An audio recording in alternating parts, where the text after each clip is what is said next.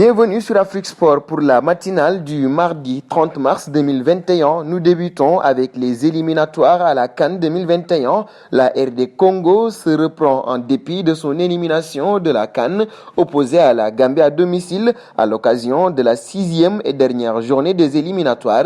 Les Léopards l'ont emporté 1-0. L'unique but du match a été marqué sur penalty. Avec 9 points, la RD Congo finit 3e de son groupe devant l'Angola qui a battu le Gabon 2-0. Privés de leur cadre, les Panthères se sont inclinés sur 2 buts marqués coup sur coup par Show et Augusto. Cette défaite fait perdre la première place du groupe au Gabon au profit de la Gambie. Dans le groupe G, l'Égypte a atomisé les Comores 4-0. Mohamed El Neni, Mohamed Cherif, Mohamed Salah ont permis aux Pharaons de l'emporter. Dans notre match du groupe, le Togo s'est incliné à domicile 2-1 contre le Kényan. Passons au Togo désormais. Claude Leroy ne poursuivra pas son aventure à la tête de l'équipe nationale du Togo après le match contre le Kényan, comptant pour la 6e et dernière journée des éliminatoires de la CAN 2021. De source sûre, le technicien français a été viré par la Fédération togolaise de football. Il lui est reproché son manque criard de résultats à la tête de la sélection togolaise qu'il n'a pu qualifier ni pour la CAN 2019 ni pour la CAN 2021.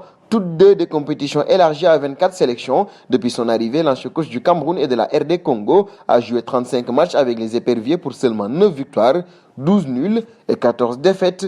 Un saut auprès de Mohamed Salah désormais. Salah a été remonté à la fin de la rencontre opposant l'Égypte aux Comores. Pas pour le résultat final puisque les Pharaons ont facilement disposé de leur adversaire du jour 4-0, mais bien pour une scène insolite. Au coup de sifflet final, des dizaines de fans ont fait irruption sur la pelouse sans respecter les gestes sanitaires dans le but d'obtenir une photo avec le joueur de Liverpool. Agacé par ce manque de civisme, l'ancien joueur de l'AS Rome a tenté de repousser à plusieurs reprises les supporters. Certains ont néanmoins réussi à obtenir le précieux selfie. Nous passons au dossier Agüero désormais pour la seconde partie de cette matinale du mardi. Le club anglais de Manchester City vient d'annoncer que son attaquant attitré, Sergio Agüero, quitterait le club à la fin de la saison. L'Argentin est en fin de contrat cet été et les Sky Blues ont confirmé qu'il ne signerait pas de nouveau bail. Agüero, qui est arrivé à City depuis l'Atlético de Madrid en 2011, ne manquera pas d'attirer l'intérêt d'un certain nombre de grands clubs.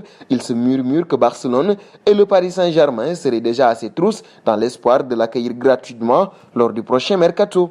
Et nous filons auprès de Nabil Fekir désormais.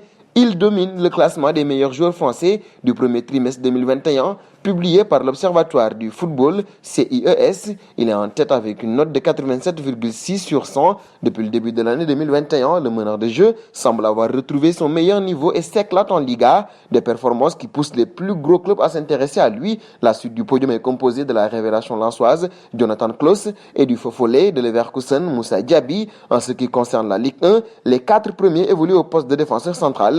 Le Monégasque, Guillermo Maripan devance Joseph Font de Lille et Alexander Djikou de Strasbourg. On retrouve 2 joueurs plus bancables en 4e et 5e place avec Marquinhos et Memphis Depay. Nous terminerons avec CR7, coupable d'avoir jeté son brassard de capitaine à terre samedi alors que le Portugal affrontait la Serbie. Cristiano Ronaldo est-il encore digne du capitana? À cette question que certains ont pu se poser, choqués par les images d'un capitaine jetant de colère son brassard au sol avant de quitter la pelouse. Fernando Santos, le sélectionneur du Portugal, a répondu formellement ce lundi devant la presse. C'est un capitaine exemplaire pour nous tous.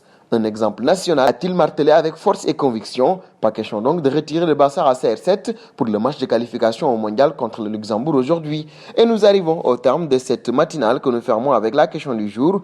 Où finira Sergio Agüero? Vos réponses seront attendues en commentaire. En attendant, n'hésitez pas à vous abonner sur Afrique Sport pour ne rien manquer du football continental et international.